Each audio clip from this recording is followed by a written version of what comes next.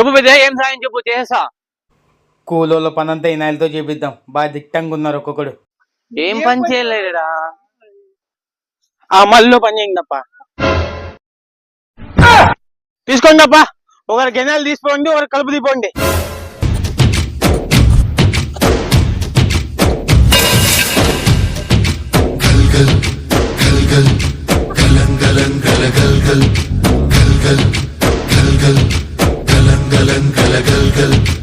ఆకాశం తాకేలా వడగాలై ఈ నేల అందించే ఆహ్వానం ప్రేమంటే.